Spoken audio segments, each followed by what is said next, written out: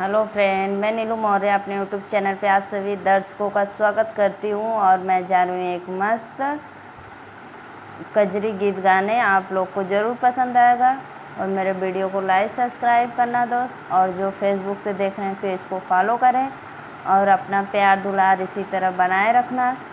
मेरे चैनल पे आप लोग प्लीज़ दोस्त मेरा फुल सपोर्ट करें और वीडियो को फुल वॉच करके देखें, तब इस वीडियो का आनंद ले पाएंगे, नहीं तो नहीं ले पाएंगे दोस्त। राधे राधे, जय माता जी। गौरा के मार सखी हो सब तनवा, सो तो हरियाण भंगी सजनवाना।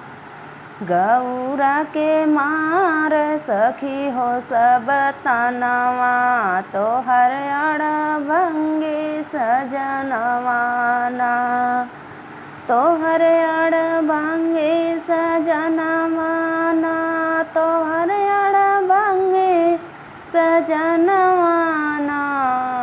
गौरा के सखी सब मारनी तनवा, तो हरियाण भंगी सजनवाना।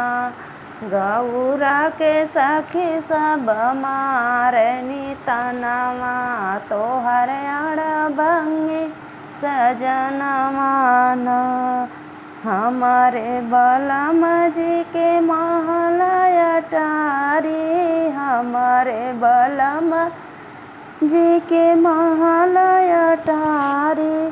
तोहरो टूटही मड़ैयाना, तोहरो टूटही मड़ैयाना।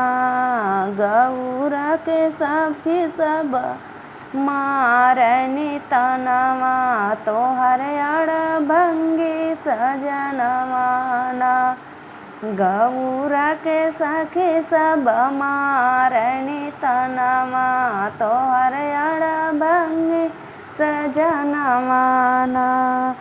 हमारा बलम खाए दूध मलाई, हमारा बलम खाए दूध मलाई।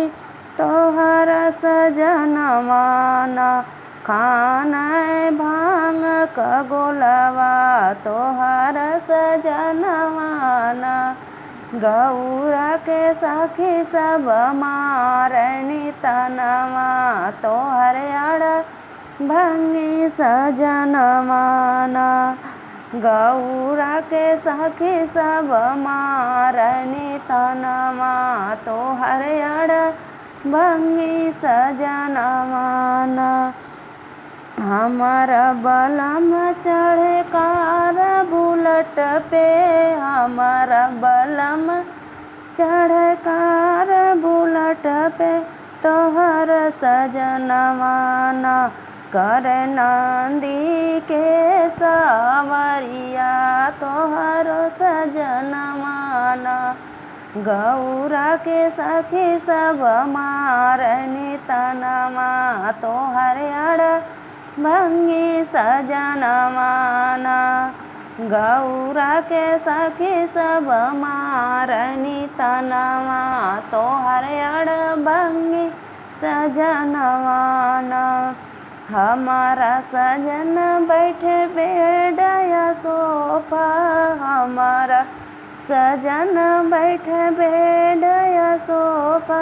तोहर सजनवाना बैठे पर्वत के ऊपर हो, तोहर सजनवाना।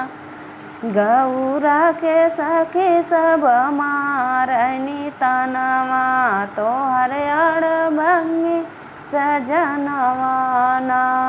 गौरा के सखी सब मारनी तनवा, तो हरियाण भंगी सजनवाना।